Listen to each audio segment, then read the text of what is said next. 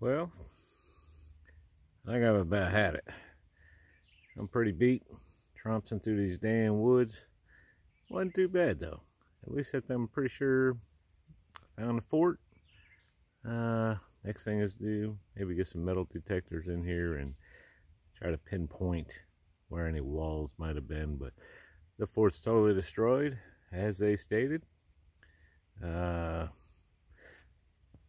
had to have been a slipway around here, I'm sure, somewhere along this little bay here. They had to have some kind of slipway just to offload goods, brick, everything they would have needed to build the fort. They would have had to bring in by ship. There's no way that would have been brought over by land. But the proximity of the river and the fort, I think, was pretty crucial. I know it wasn't a well-built fort, I don't think, but nonetheless, it was a fort to monitor for advancing forces, things like that.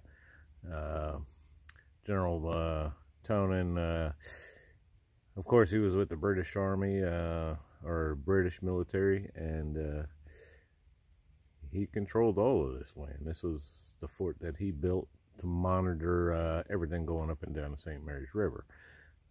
Now, back in the 1700s, they used to travel all the way up the river to Folkestone just to get fresh water. So fresh water was the commodity.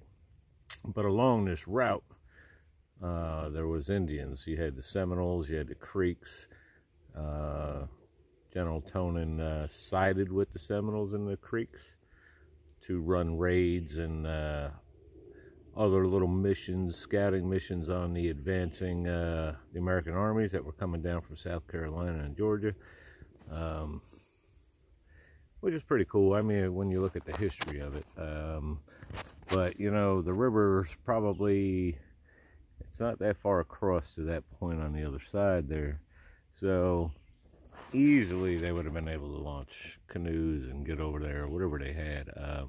I'm sure they could have done it and send out their scout parties out towards Fort Howe and the Satilla River area. And they used to just monitor movements of the troops, so, and intersect messages and things like that. But it's pretty neat when you look at it as a standpoint. This was a bone of contention with Tonyn. He knew the armies were advancing, so he ultimately burned this fort down.